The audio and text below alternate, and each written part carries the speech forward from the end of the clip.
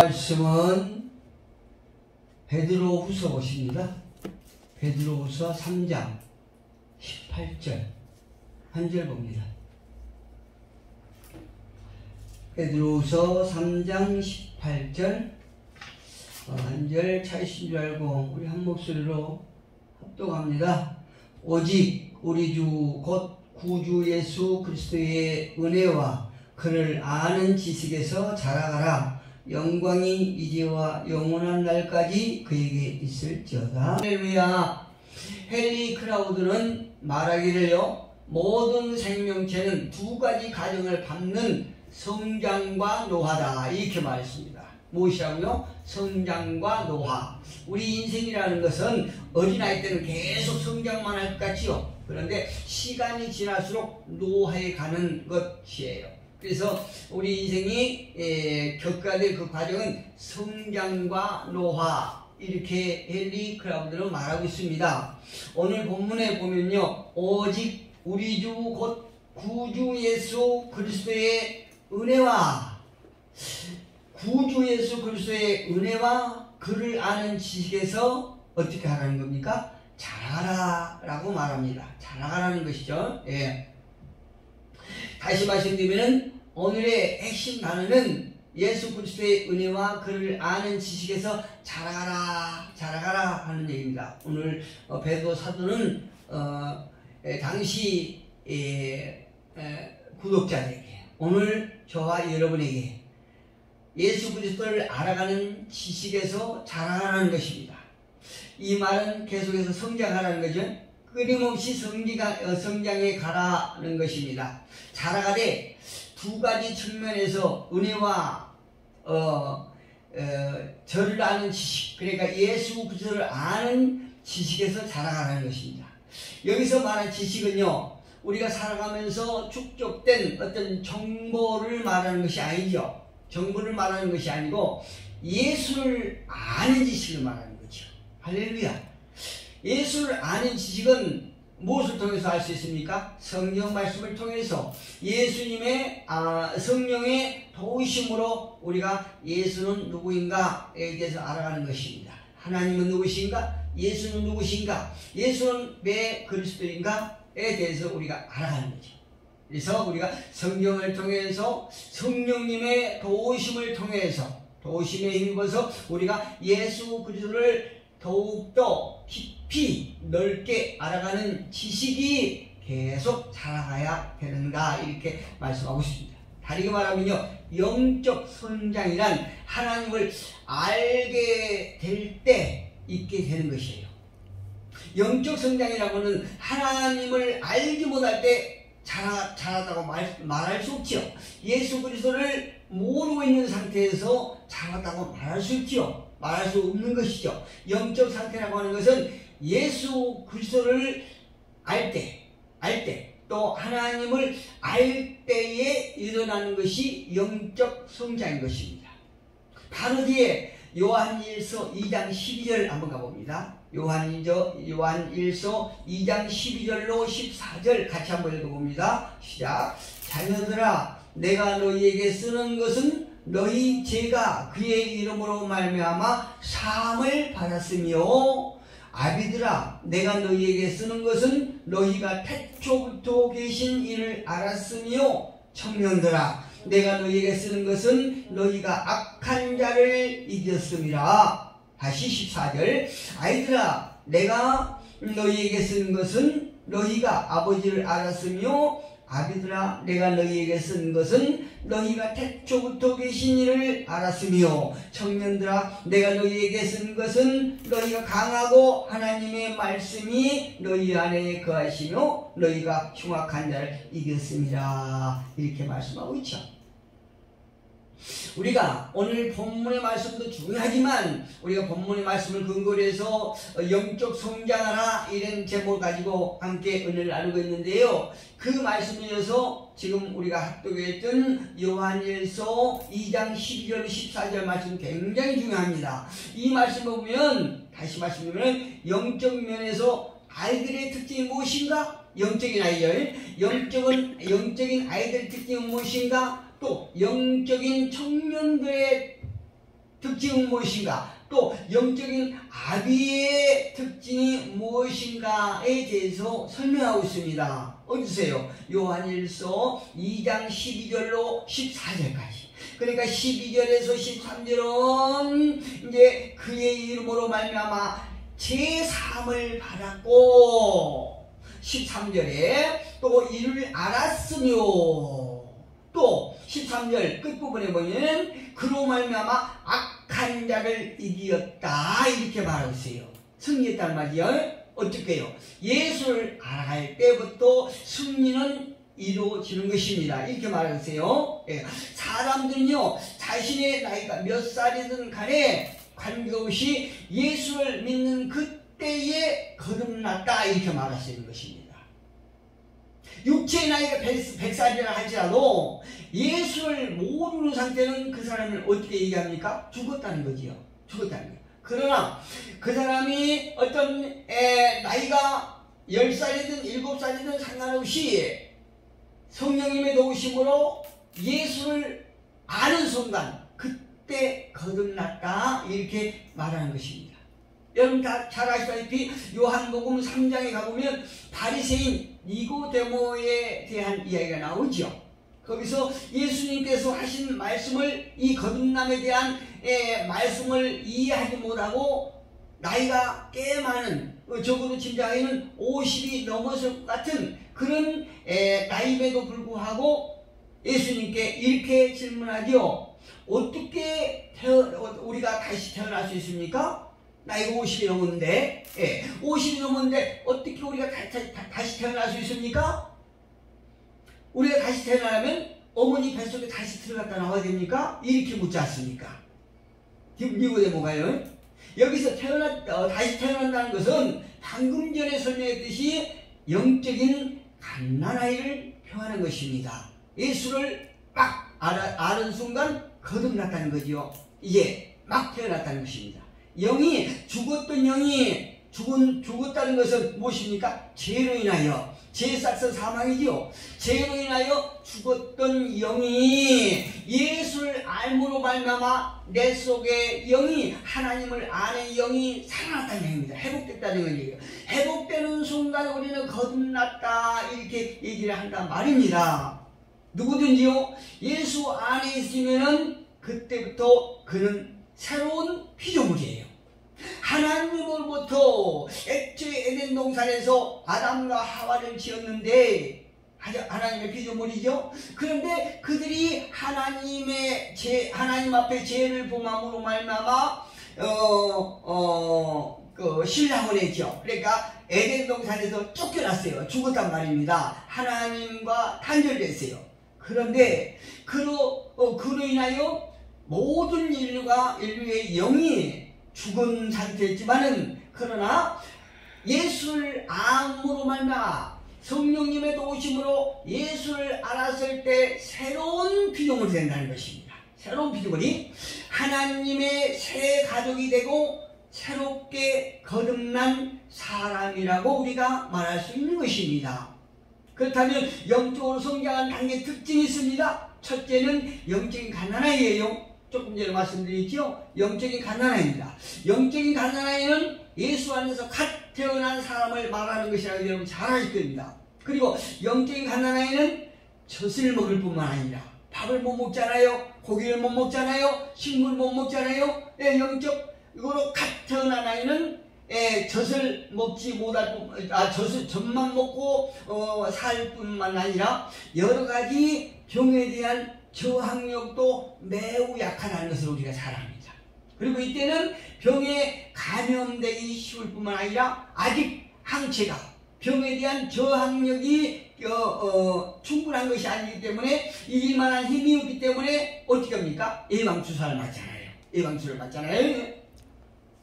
다르게 말하면, 우리가 영적으로 표현하면 영적인 갓난아이는 죄에 빠지기 쉽다는 얘기입니다. 그렇지요? 이제 예수를 알지 못하는 죽은 상태에 있다가 예수를 아는 순간 거듭났어요. 영이 회복됐어요. 그러나 그는 아직은 영적 갓난아이란 말이에요. 영적 갓난아이기 때문에 죄에 대해서 약해요. 죄에 빠지기 쉬워요. 그리고 이것을 해결하는데도 아주 미숙합니다. 죄를 만났을 때에 내가 부득불 죄를 지었을 때에 그 죄를 방어할 수 있는 능력이 아주 미숙합니다. 아직 가난하기 때문에. 그래서 정죄감에 사로잡히기 쉬울 때가 영적 갓난아이 때입니다. 그래서 성경 말씀에 다시 더 정확하게 말씀드리면 구약에 기록된 그 죄에 대한 말씀에 민감해서 율법주의에 빠지기 쉬워요. 성경에 이렇게 있기 때문에 내가 완전히 죄인이 됐구나, 이런 죄에 사로잡히게 된단 말입니다. 그럼 두 번째 영적 유년 시기는 어떤 특징이 있느냐? 영적 유년기에는 요한일서에는 아직 영적 유년 시기의 특징을 말하면서 제3을 얻었다 이렇게 말하는 거죠. 아까 우리가 함께 봉독했던 12절에 보니까 자녀들아 내가 너희에게 쓰는 것은 너희 죄가 그의 이름으로 예수의 이름으로 말미암아 사함을 받았습니다 이렇게 말하고 있지요. 제3을 받았다는 것입니다.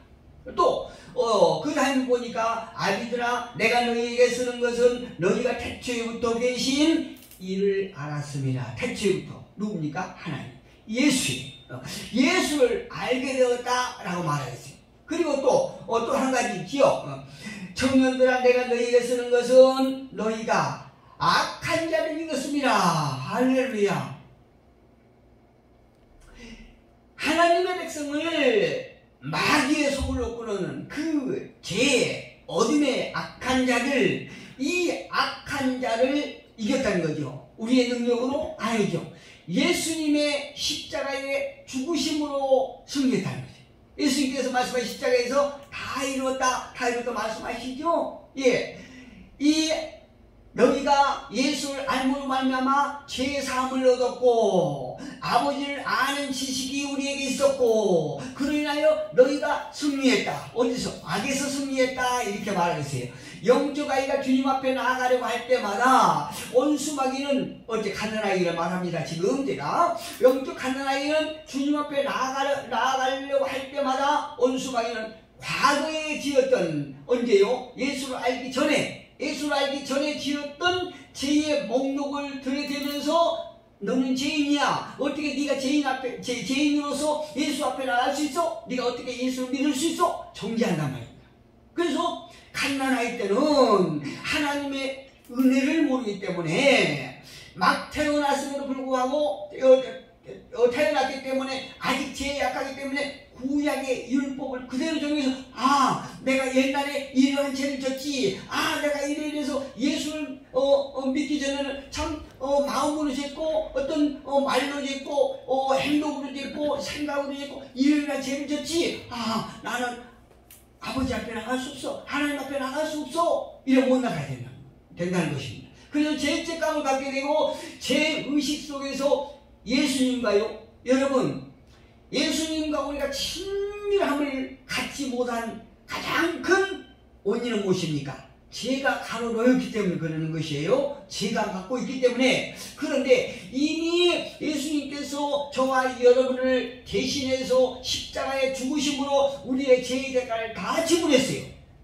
우리는 그를 믿음으로 말미암아 우리는 다시 하나님과 친밀해질 수 있습니다. 이미 그 상태가 놓였다는 거죠. 갓난아이든 청년이었든 아비든 어린이 됐든 간에 이미 우리는 그 죄의 싹을 예수의 십자가로 계속했기 때문에 우리는 죄인이 아니라고 성경은 말씀하지요. 그럼에도 불구하고 마귀는 우리에게 자꾸 죄를 갖다 대는 것이에요. 그래서 우리가 영적으로 성장하는 나이는 아니야. 나는 이제 죄인이 아니야. 왜? 예수로 말미암아 내 죄는 씻음 받아서 이렇게 하고 이기지만 갓난아기 때는 그 이길 저항력이 약하기 때문에 마귀가 너는 죄인이다 할 때 내가 이러한 죄를 졌지, 그래서 내가 예수님 앞에 나갈 수 없지, 예수님과 친밀감을 느끼지 못한다는 얘기입니다.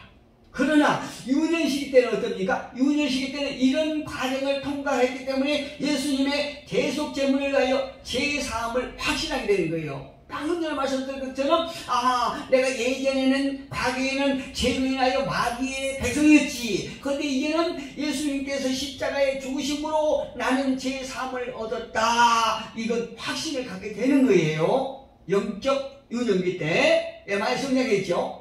즉 다시 말씀드리면 예수 그리스도의 십자가에서 이루어오신 일을 알게 되고 죄에 대해서 승리한 것과 십자가는 무엇을 의미합니까?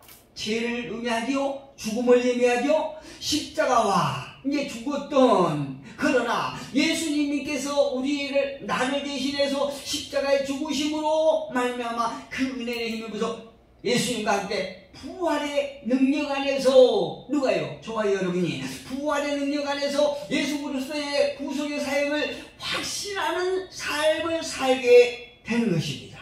언제가요? 유년 시기에. 이제 영적 가난 나이에서 다 자란 거죠. 유년 시기에는 이제 내가 예수로 말미암아 죄의 삶을 확실하게 되고 우리가 승리의 삶을 살게 되는 것입니다. 마귀의 자녀에서 하나님의 백성으로 부활했다는 거죠. 이때는 죄를 미워하는 마음이 생기게 된 거예요.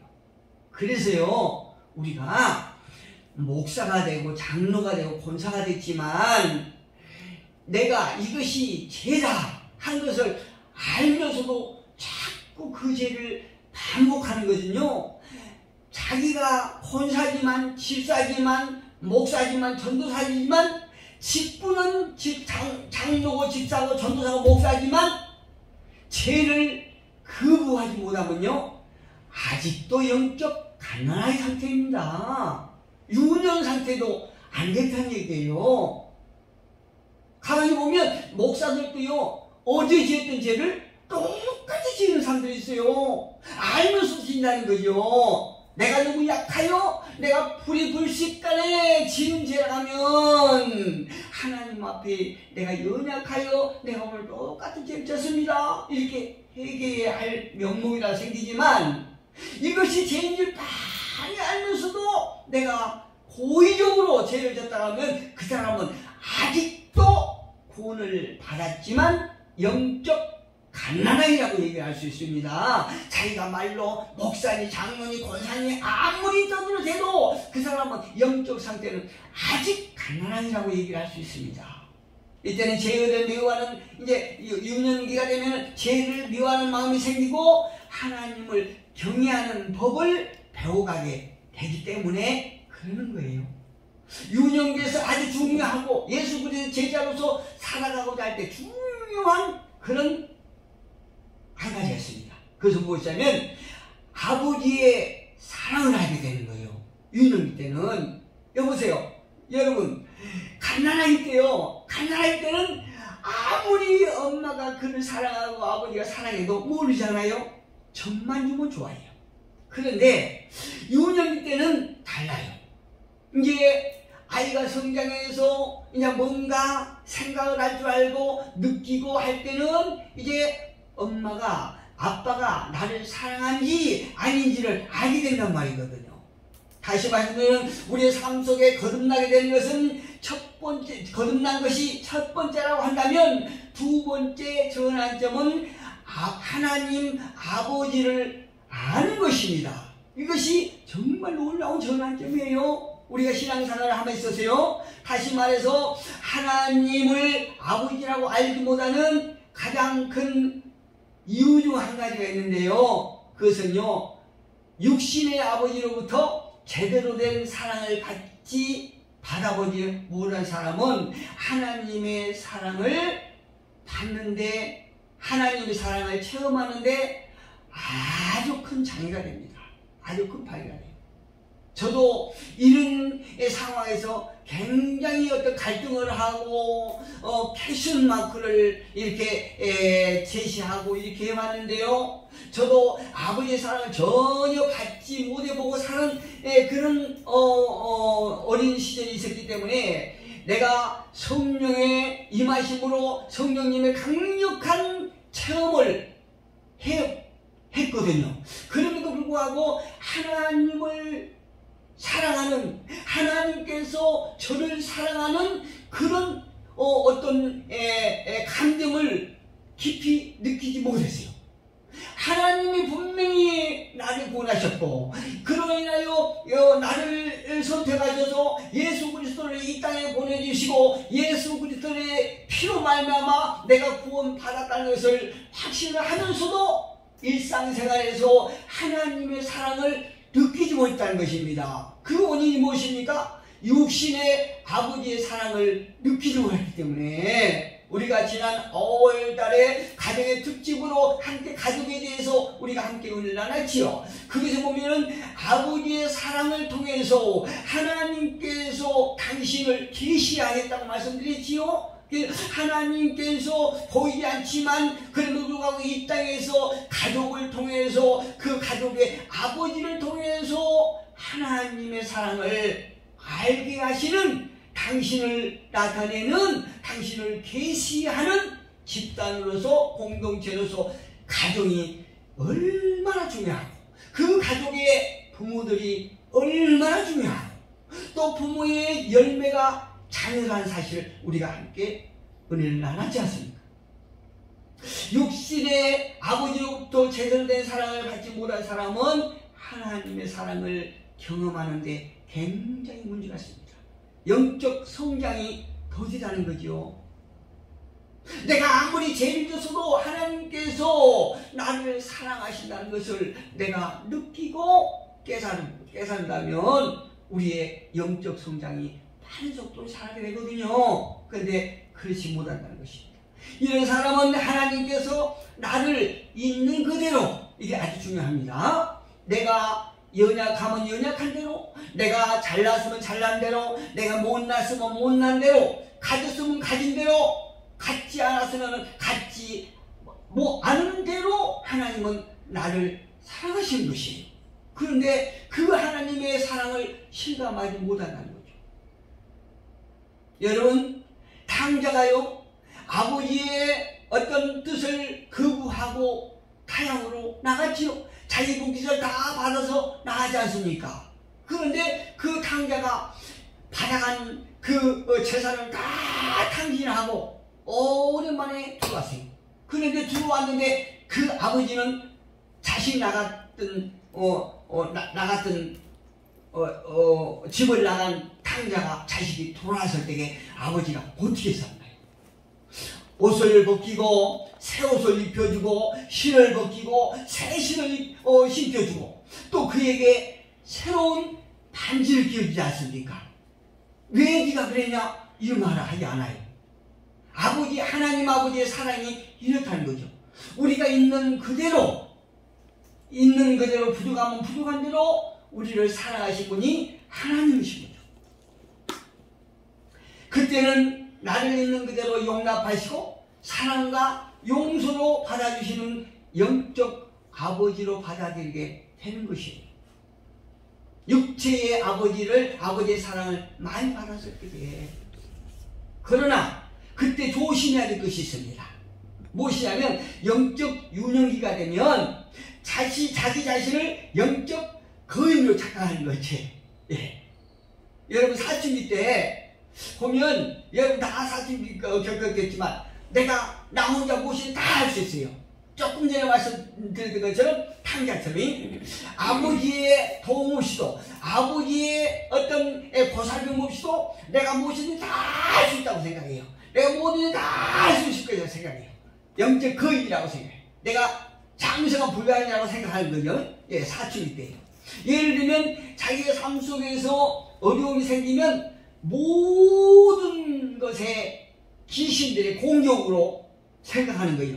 그래서 모든 일에 대해서 나사렛 예수 이름을 불러가라 모든 것에 대해서. 여러분 한번 예를 들면 감기가 귀신의 역사입니까? 아니에요. 내가 어떤 체력 관리를 잘못하다든가 어떤 부주의에 인해서 감기가 걸릴 수 있어요. 코로나도 마찬가지예요. 그런데 이거 갖다 코로나가 전염이 됐는데 예수 이름으로 명하니 귀신아 물러가라 떠나라 이러면 어떻게 됩니까?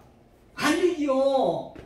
영적인 것과 어떤 육체적인 것과 물리적인 것을 우리가 분별할 수 있어야 된다는 거죠. 그래서 사춘기 때는 그게 약해요. 그래서 모든 것을 귀신의 역사로 보는 거예요. 어디 가나 무엇이든지 귀신입니다. 그런 사람들은요, 귀신이 보인다고 말합니다. 귀신과 싸우느라고 모든 힘을 다 소진해요. 얼마 전에 우리가 붕해했지요. 근데 그 붕해했던 어떤 한 목사님이 말씀해요. 내가 저하고 이제 둘이 식사하는데도, 목사님, 내가 달라진 건요, 이게 보여요. 보인다고 그러니까 무섭더라고요. 보여. 내가 싸우느라고 힘듭니다. 그래. 역시나 그날 설교하는데, 설교할 때도 그렇지 않습니까? 그 목사님이 보이는데 아주 이거 막 힘들다고, 막 사단의 역사가 막 심하다고 막 그렇지요. 그렇게 말을 하더라고요. 모든 것을 다 귀신의 역사로 치부해버리는 거예요. 영적 분별이 조금 부족하다 이 말씀. 그 다음에 영적 청년 단계, 영적 아비의 단계는 오늘 시간 관계로 여기서 마치고요. 다음 시간에 우리가 제2부로 영적 성장하라, 제2부에서 영적 청년 단계, 영적 아비의 단계를 우리가 함께 은혜를 나누겠습니다. 기도하겠습니다.